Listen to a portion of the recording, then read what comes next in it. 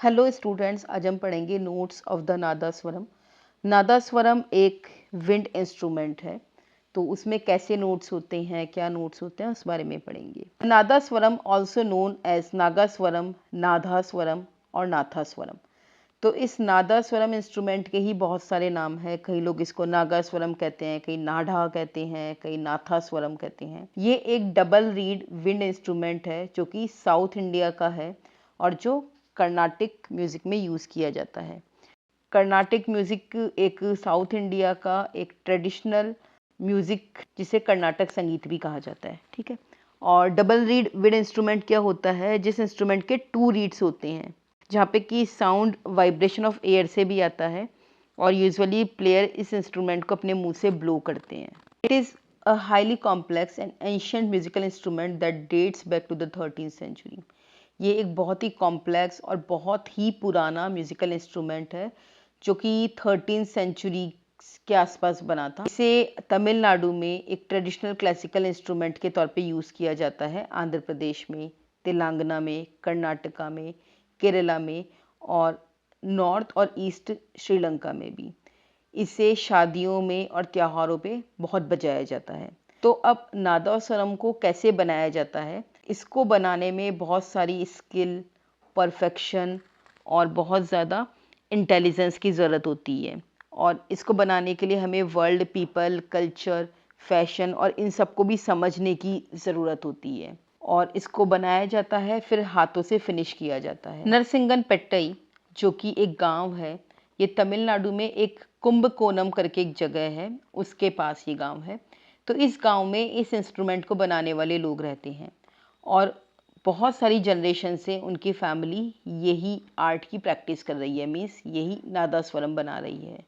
ये जो wind instrument है, इसको बनाने में बहुत टाइम लगता है क्योंकि ये एक लकड़ी के ब्लॉक से बनता है। तो एक लकड़ी के ब्लॉक को सिंगिंग करवाने में भाई साहब बहुत टाइम लगता है और इसको एक बहुत ही अलग से टैलेंटेड क्राफ्ट पर्सन ही बना सकता है। तो 4 फैमिलीज़ हैं जो आज भी हाथों से नादस्वरम बनाती है। वो नरसिंगपेट्टई में रहती है, बहुत ही कार्यकुशल है, बहुत ही स्किल्ड है।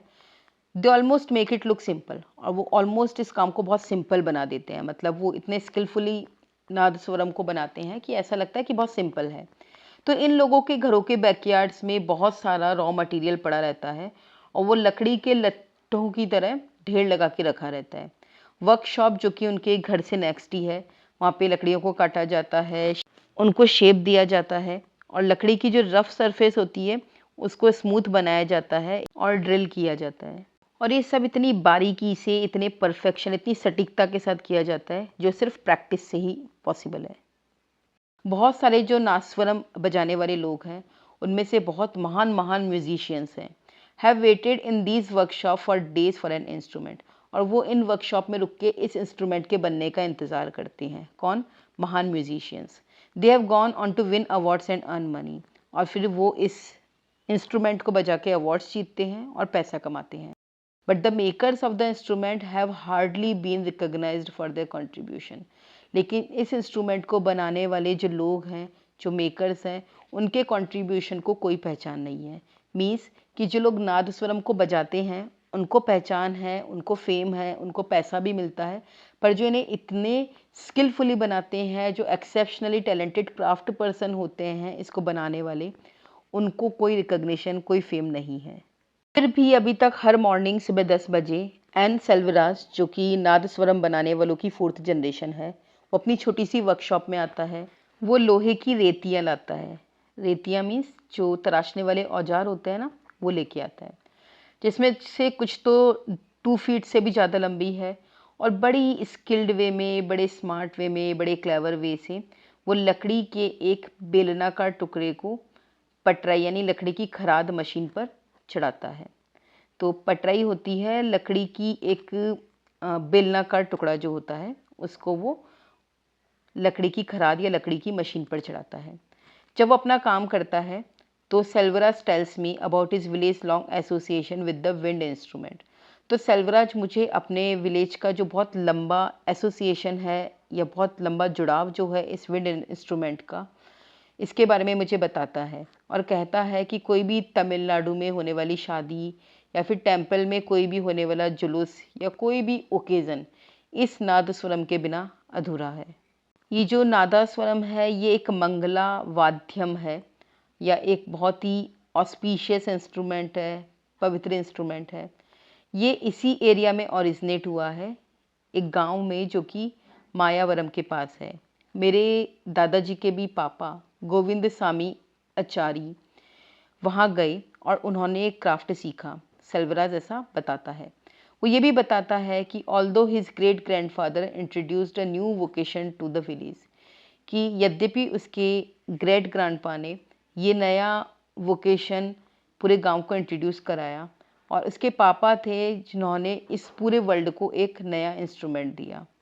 तो 1955 में मेरे पिताजी रंगनाथन आचारी, जो कि एक वेल नोन नादस्वरम मेकर है, और उन्होंने ओरिजिनल इंस्ट्रूमेंट के साथ थोड़ा सा एक्सपेरिमेंट किया और उसमें कुछ चेंजेस लाए और उन चेंजेस की वजह से इसके अंदर से अब 7 स्वराज निकलते हैं। Traditionally nadaswarams are made with आचामारम। जो ट्रेडिशनली ये बना होता है ये आचामारम से बना होता है। तो आचामारम एक तमिल वर्ड है जिसका मीनिंग होता है हर्दविकिया बिनाटा, जिसका मतलब होता है किसी बड़े से ट्री को मॉडरेट करना अपनी ड्रूपिंग ब्रांचेस के साथ, लटकी हुई ब्रांचेस के साथ। But we can not use fresh wood, क्योंकि हम इसके साथ फ्रेश लकड़ी इस्तेमाल नहीं कर सकते। जो लकड़ी होनी चाहिए वो कम से कम 75 या 100 साल ओल्ड होनी चाहिए, क्योंकि जो यंग लकड़ी होगी वो बैंड हो जाएगी और झुक जाएगी। All the wood that you see here were once lintels and pillars of old houses. तो जितनी भी लकड़ी आप इस बैकयार्ड में या नादस्वरम के बनाने में देखते हैं, वो सारी जो लकड़ी है वो लॉन्ग पीसेस ऑफ स्टोन्स है या फिर लकड़ी है जो कि टॉप डोर या विंडो फ्रेम में काम आती है और वॉल को सपोर्ट करती है, वो वाली लकड़ी है। या फिर पुराने घरों के जो पिलर्स हैं उनकी वाली लकड़ी है। सेल्वरास अपने जो बैकयार्ड में जो ढेर पड़ा है लकड़ियों का, उनकी तरफ इशारा करके बताता है कि ये जो सारी लकड़ी है वो लकड़ी है जो कि टॉप ऑफ द डोर या फिर विंडो फ्रेम से ली गई है, जो कि वॉल को सपोर्ट करती है, वही सारी लकड़ी है। But we face trouble transporting the wood, लेकिन हमें बहुत दिक्कत होती है इन वुड्स को ट्रांसपोर्ट करने में। We are stopped at check post and asked for a bill. हमें रोका जाता है चेक पोस्ट पे और हमसे बिल मांगा जाता है, लेकिन सेलर्स हमको रियल में बिल नहीं दे सकते हैं पुरानी लकड़ी के लिए। Their worries don't end with procuring the wood. उनकी जो चिंताएं हैं वो सिर्फ इस वुड को पाने तक ही ख़त्म नहीं होती है। Selvaras goes on to explain it requires 3 people to make a piece of instrument. वो ये बताता है कि भाई इस इंस्ट्रूमेंट को बनाने के लिए 3 लोगों की ज़रूरत पड़ती है। Once all the cost for wood and labour are removed, they are hardly able to make any profit. और अगर वुड की और लेबर की कॉस्ट अगर हटा दी जाए तो शायद कोई प्रॉफिट पाना बहुत ही मुश्किल हो जाएगा। शक्तिवल आचारी, जो कि सेल्वरास के अंकल हैं, वो भी नादस्वरम मेकर के रूप में जाने जाते हैं, उनकी बहुत फेम है। वो बिल्कुल खुश नहीं है कि भाई जो सरकार है वो कोई इंटरेस्ट नहीं ले रही इस इंस्ट्रूमेंट में। वो डिमांड करते हैं कि सारे अवार्ड्स और सारी पहचान सिर्फ उन्हीं लोगों को क्यों दी जाती जो नादस्वरम बजाते हैं। Well craftsmen from the village where the Pari nadaswaram was first made are unrecognised. और जो लोग, जो क्राफ्टमैन इसको बनाते हैं, उन लोगों को क्यों नहीं पहचाना जाता। जो ये पेरी नादस्वरम एक तरह का नादस्वरम है that is longer than the other variety called the Timiri, जो कि बहुत पहले बनाया गया था। और दूसरी वैरायटी है नादस्वरम की जिसको कि ठिमिरी भी बुलाया जाता है। तो वो कहता है कि इसे भी कोई नहीं पहचानता यहाँ तक कि रंगनाथन आचारी के पास एक लेटर आया, जो लेटर में बहुत ज़्यादा तारीफ़ की गई थी कि भाई उन्होंने म्यूज़िक में बहुत सारा कंट्रीब्यूशन किया है, और वो लैमिनेटेड हैंड रिटन लेटर था। सेल्वराज ने इस लेटर को लॉक करके रख दिया है, क्योंकि ये लैमिनेटेड हैंड रिटन जो लेटर है ये किसी अवार्ड से कम नहीं है, क्योंकि ये लेटर किसने लिखा है, टी.एन. राजा रथिनम पिल्लई, जो कि नादस्वरम विद्वान है और स्कॉलर है, और इन्हें as a emperor of nadaswaram जाना जाता है। ये कर्नाटिक म्यूजिशियन है, वोकलिस्ट है और नादस्वरम बजाने वाले हैं। तो इन्होंने वो लेटर लिख के भेजा था, किसकी प्रेज में, रंगनाथन आचारी की। जब हम लंच कर रहे थे और वो लंच एक कीचड़ के स्टोव पे बन रहा था, जिसमें कि लकड़ियों को यूज़ किया जा रहा था और वर्कशॉप की जो फालतू के पीसीस थे, स्क्रैप्स थे, उनको यूज़ किया जा रहा था। तो सेल्वराज का बड़ा बेटा सतीश ने मुझे कहा कि मुझे ऑटोमोबाइल से बहुत प्यार है। जब मैं उससे पहली बार मिला था तकरीबन 1 साल पहले, तो सतीश बड़ा डिटरमाइंड था कि भाई मैं टूरिस्ट वैन चलाऊँगा। लेकिन उसके अंकल, उसकी सिस्टर और उसकी मदर ने उसको कन्विंस किया और पुश किया कि भाई तुम्हें भी फैमिली का ऑक्यूपेशन ही जॉइन करना चाहिए।